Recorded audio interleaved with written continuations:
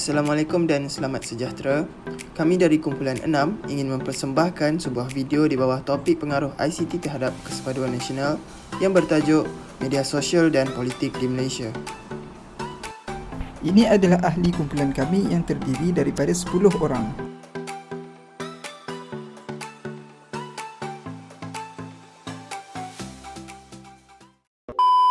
Sejak dahulu lagi rakyat Malaysia, tak kira pemimpin dan rakyatnya, rancak berpolitik tidak kira di mana pun mereka berada. Kini, dengan kemunculan teknologi baru iaitu platform media sosial, manusia semakin mudah untuk mengakses maklumat dan informasi tentang politik.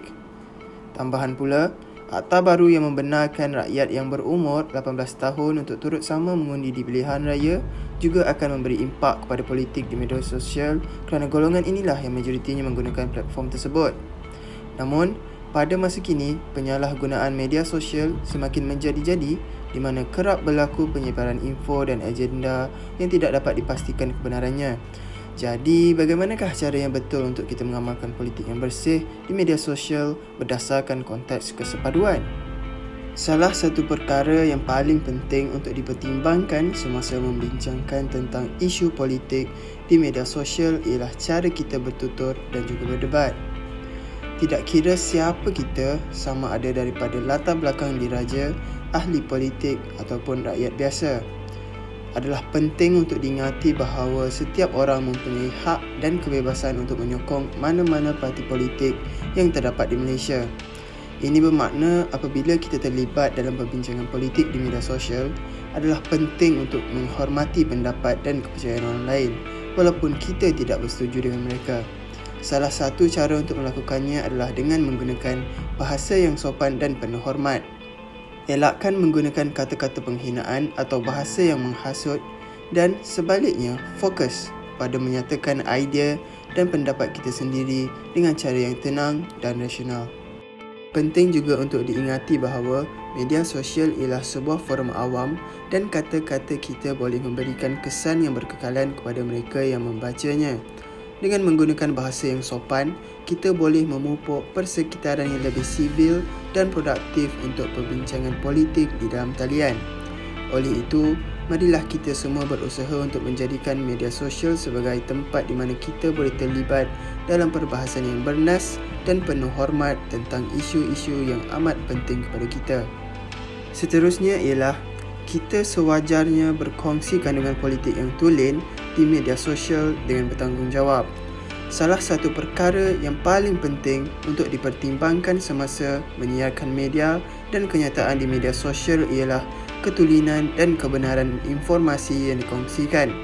Adalah penting untuk menyemak fakta dan mengesahkan maklumat serta imej yang disiarkan, kerana penyebaran maklumat palsu atau maklumat yang mengelirukan boleh membawa kepada isu yang lebih serius. Selain itu, kita juga ditegah daripada berkongsi propaganda yang boleh menakutkan pengguna media sosial. Sebagai contoh, ada segelintir pihak yang menghebahkan tentang kemunculan semula peristiwa 13 Mei yang boleh memecah belahkan rakyat Malaysia kerana isu tersebut merupakan isu yang sangat sensitif. Dengan mengambil kira maklumat dan gambar yang dikongsikan serta kesannya kepada orang lain, kita mampu mewujudkan komuniti dalam talian yang lebih termaklum dan boleh dipercayai. Selanjutnya, apabila kita ingin mengkritik dan menegur berkaitan isu politik di media sosial, adalah penting untuk mengambil kira cara kita menyampaikan hujah dan perkataan yang akan digunakan, iaitu dengan cara yang menghormati dan bertimbang rasa terhadap orang lain. Ini bermakna kita mestilah mengelakkan penghinaan dan sebaliknya memberi tumpuan kepada isu yang dibincangkan. Selain itu, adalah penting untuk mengelak daripada mendedahkan aib seseorang atau membawa cerita lama yang mungkin memalukan mereka. Tingkah laku seperti ini tidak produktif dan boleh menimbulkan permusuhan yang tidak bermakna. Kita juga perlu menghormati privasi orang lain dan tidak mendedahkan sebarang maklumat peribadi tentang mereka tanpa kebenaran mereka. Dengan mengikuti garis panduan ini, kita boleh terlibat dalam perbincangan politik di media sosial dengan cara yang membina dan menghormati orang lain. Di samping itu, semasa berpolitik, kita ditegah daripada membincangkan isu sensitif seperti keagamaan, perkauman dan etnik dengan cara yang menimbulkan hasutan atau perpecahan di media sosial. Topik-topik ini boleh menimbulkan ketidaksefahaman dan boleh membawa kepada konflik yang tidak diingini. Sebagai contoh, bagi isu keagamaan yang timbul ialah isu Malaysia menjadi negara Taliban yang dikatakan oleh seorang ahli politik, dan bagi isu perkauman pula, isu tragedi 13 Mei yang sering diperkatakan oleh segelintir rakyat. Apabila membincangkan isu politik di media sosial, adalah penting untuk menghormati kepercayaan dan perspektif orang lain dan mendekati perbincangan dengan fikiran yang terbuka.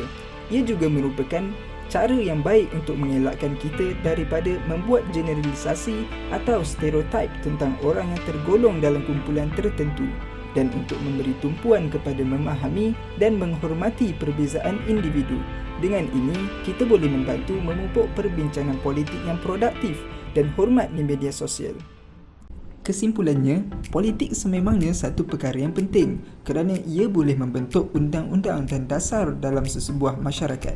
Walau bagaimanapun, terdapat perkara lain yang lebih penting daripada politik. Tidak salah jika kita ingin berpolitik di media sosial, namun kita seharusnya berpolitik secara berhemah di platform tersebut. Janganlah kita bangkitkan isu sensitif semata-mata untuk menambah pengikut serta menakutkan orang lain.